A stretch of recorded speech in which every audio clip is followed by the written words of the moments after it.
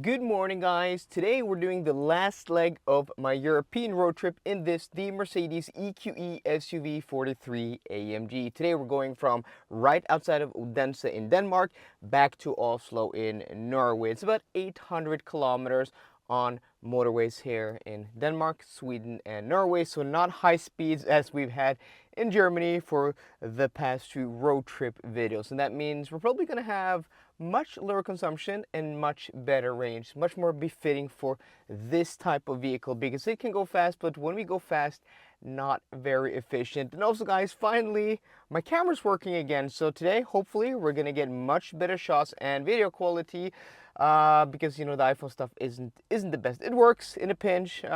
If you didn't see my first day at the IAA International Auto Show, I actually broke my lens, but now I'm headed back and I have one replacement lens, not the same as this, but from my old body in the mail, and then I have another lens at home. So hopefully things are not gonna be as bad, luckily, as bad luck as lately. So we're currently at 69% stated charge, no pun intended, no hidden messages, no 420 on the screen as far as I can see.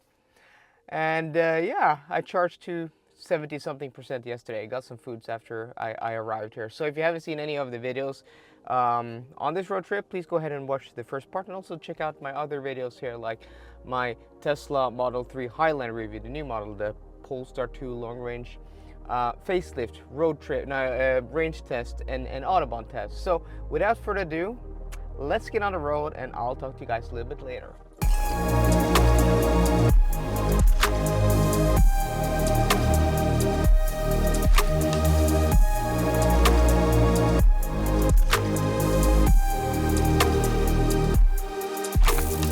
We've now been on a road for about 45 minutes and made our way 75 kilometers east towards Copenhagen. We're about halfway to where the car wants us to stop and charge. No, but not halfway. We're 142 kilometers away, so we're about an hour and a half away. The car wants us to stop in a place called, Orlöv in Sweden at an in-car charger. Haven't been there before. So that's going to be really, really interesting. Today, this morning, very cloudy and foggy here in Denmark, but very calm on the roads. Driving in Germany, there's a lot of traffic, a lot of cars on the road. And that may be because, I think school is out now in Germany. So a lot of people are probably still on holiday. I think like in Southern Europe, like the holidays are done now, this week. So maybe that's why it was so busy. Let me know in the comment section down below if you're from, the south of Germany, Austria, Italy, that region there where your summer holidays and vacations are pushed back, compared to up here in the north of Europe. So we're currently just cruising now, 25.5 kilowatt hours per 100 kilometers with an average speed of 107 kilometers an hour. So this is the beauty. If there's little traffic, and you can go an average speed which is high but not too high, you'll actually have low consumption and high average speed, because what happened in Germany yesterday is that we had a lot of traffic through Hamburg. So the average speed just dropped and consumption didn't drop that much. So today we're going to be able to follow the navigation system. The car's saying we're going to ride there with 11%. And this is not like when we've been going through Germany where we're just burning through battery, we're going fast, and then the car has to add a new charging stop and stuff like that. Here, I mean, it depends on how good, this is calibrated. In this particular car, it hasn't been the best, going these speeds. But I'm guessing if the car says 11%, we're at least going to arrive there with like 7 or 8%, but there's no danger in us not arriving there. So 2 charging stops in total. One for 42 minutes and one for 22 minutes. So that's an hour total of charging, going 800 kilometers almost. Compare that to going from Lüneburg down to Munich, which I think we did like 1.5 hours of charging, or even more than that, going fast, right? So it's a give and take. I talked about this extensively in the outro of yesterday's video. I'm not going to touch upon it too much today. But one thing I want to touch upon is just how much more relaxing it is to drive on non-German autobahns, because you put your cruise control to 10 above the speed limit, which is like 2-3 above, GPS driving, and just, cruise. There's nobody's stressed here. You don't have, you're going to see cars in your rearview mirror that much, and there's not too much traffic. So different style, but I do like the German driving as well. I do like going fast, but I also do like this. This is very chill, especially after a long week with, it's going to be 5,000 kilometers at the end of this week, guys.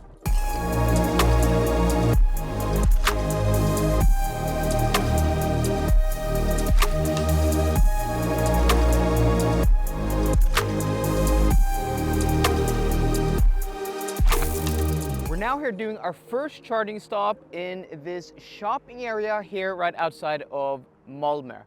A lot of stores here, a lot of stores. So this is like your typical, I don't know, it looks like a typical American strip mall. We don't have many of these here in Norway, but all of these big shops here. And then they have, well, 3 of these Camp Power chargers here. Haven't seen these in a while, from InCharge. 3 of these, 150 kilowatts each.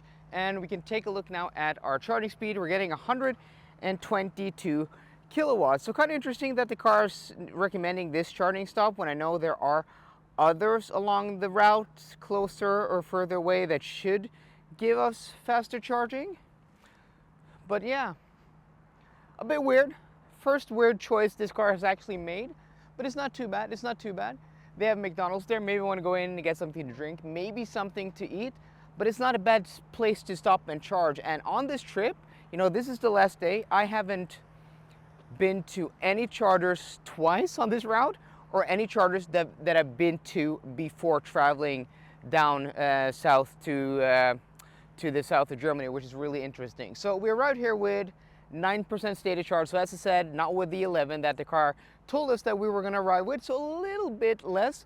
And I think consumption now is like 25.6 or whatever. I'm going to put it on the screen now, per 100 kilometers. So that's going to drop now, because the rest of the way now is the slowest speed limits we're going to encounter: 120 kilometers an hour, 110 kilometers an hour, and then once we get into Norway, like before we get into Oslo, we're going to encounter like 100 kilometers an hour speed limit. So yeah, think we're going to be able to follow the navigation system today without any problems or issues at all. Oh, I almost forgot to tell you guys that this video is sponsored by Elton, the most awesome charging app if you live in Norway, Sweden, Finland, or Denmark. And I actually used the Elton charging app to start these InCharge chargers, and it will work with almost all charge point operators in all of these countries. Not only that, one app, one map interface, one charging interface, and one payment method is super easy, makes everything so much, well, hassle-free while taking an EV on a long trip in or between any of these countries. So if you want to support the channel, go to the link in the description box down below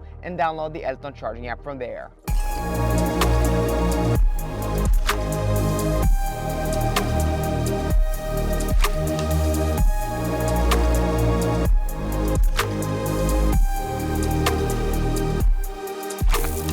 We're just right outside of Gothenburg now, doing our second and hopefully our last charging stop of the day. We are right here with 6%. The car wants us to go to 73%, and it will tell us that we're going to arrive in Oslo at our destination with 2% stated charge. But this car in particular, I think it's the configuration of this AMG model with these wheels, hasn't been that accurate when it comes to the route planner. I've driven a ton of these Mercedes EQ vehicles. I've driven all of them, most of them multiple times, and taken them on longer trips and done range tests and long trip tests. And usually the route planner, when it says we're going to arrive at a destination with a certain percent, we're at least going to arrive there with that percent, but most of the time even more. This car, well, it's been undercutting it. We're like, if it says we're going to arrive somewhere with 10%, usually we arrive there with somewhere between 5 and 7%. So 2% just isn't good enough.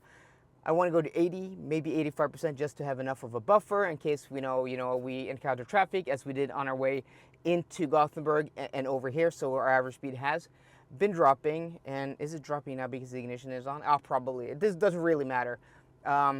Yeah. So this charging station we are at now, this Circle K charging station, where they have 2 of these Alpetronic hyperchargers that can split the 300 kilowatt charge between 2 cars, really nice charging station.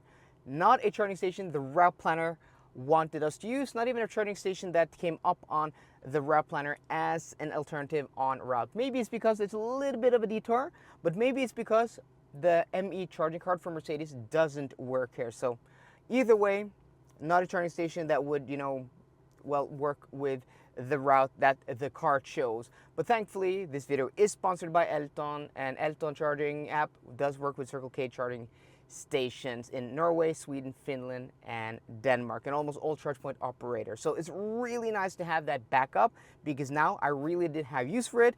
If I didn't have it, I would have, had to download the app and stuff like that, taking just a little bit of extra time that I could use doing other things, just taking that frustration and stress out of it. I'm like, oh yeah, just choose the number 2 app, charger, and connect, which is really, really nice. So the reason I wanted to stop here is that, Circle K charging station, Circle K gas station. So I could buy a coffee, I could go to the toilet, buy some drinks, but they also have Systembolaget here, which is what we call in Norwegian Vinmonopolet, the government-owned liquor store. So I can buy wine, I can buy some liquor to bring over the border into Norway, because that stuff, as people may know, is expensive in Norway. So here, really nice while the car's charging, I can go and do other things. I have 11 minutes to go and buy some liquor, so yeah, I'm gonna go do that, and you guys, I'll see you after the B-roll.